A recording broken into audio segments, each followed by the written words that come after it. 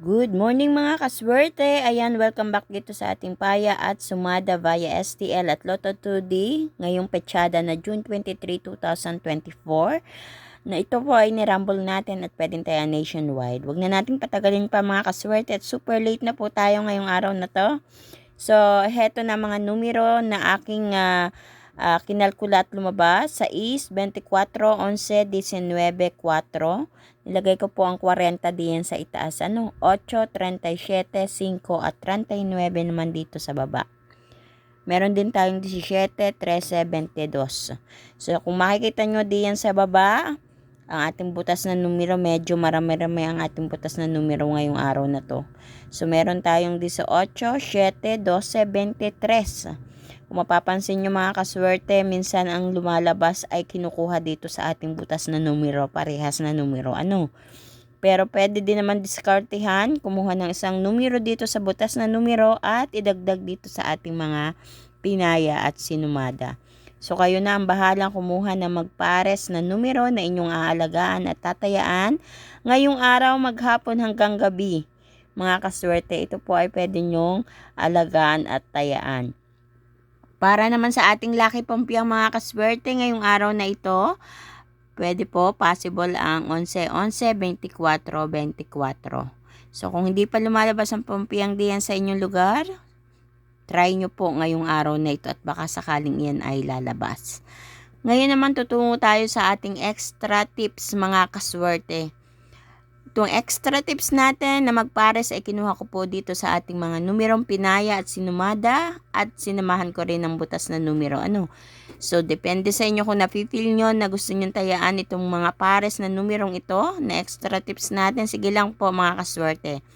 Meron tayong 18, 24, 17, 5, 7, 22 at 19, 23. Kapag sinaswerte talaga tayo mga kaswerte, at napili nyo talaga yung tamang numero na lalabas dyan sa inyong lugar, so yun ang tinatawag natin swertihan talaga.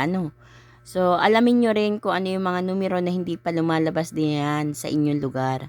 At iyon ang inyong ipag-partner, iyon ang inyong tayaan, iyan ang inyong alagaan. At iyan ipalalabasin tiyak. So mga kaswerte, ilan lang to sa mga numero na pwede nyong alagaan ngayong araw. Ayan, pakititigang mabuti. At huwag niyo pong kalilimutan na i-share or ibahagi itong ating video na ito para mapanood ng iba nating mga kaswerte na mahilig tumaya sa STL at Lotto. Huwag niyo rin pong kalilimutan na i-like ang aking video at syempre, ang i-follow kasi kapag naka-follow ka dito sa aking Facebook page, my OFW Live, palagi kang updated sa lahat ng mga ipinapost ko dito na video. Mga kaswerte. At paalala sa inyong lahat, kailangan magkaroon ng disiplina at limitasyon sa pagtaya. Huwag ubos-ubos biyaya pagdating ng kinabukasan ay nganga. So, kailangan unahin muna ang pangailangan ng pamilya bago ang pagtaya. Hindi naman masamang hanapin natin ang swerte sa pagtaya. Pero kailangan magkaroon din tayo ng limitasyon. Hindi naman kada tataya tayo agad-agad siguradong tayo ay tatama agad. Kumbaga sinusubok natin ang ating swerte dito. Kung ikaw ay tumama, ibig sabihin talagang deserve mo yan. Kung hindi ka naman tumatama at nauubos na ang iyong pera, paano na yon? Mga kaswerte. So kailangan limitasyon, 5 piso o 10 pisong taya ay sige lang. Okay lang yung kapag walang pera, tigil muna, wag munang tumaya. Good luck sa inyo mga kaswerte. And naway may makakuha ng mga tamang pares ngayong araw na ito na lalabas diyan sa inyong lugar. And mag-iingat po kayong lahat. Hanggang sa susunod nating Paya at Sumada, kita-kita po tayo. God bless everyone. Bye-bye po.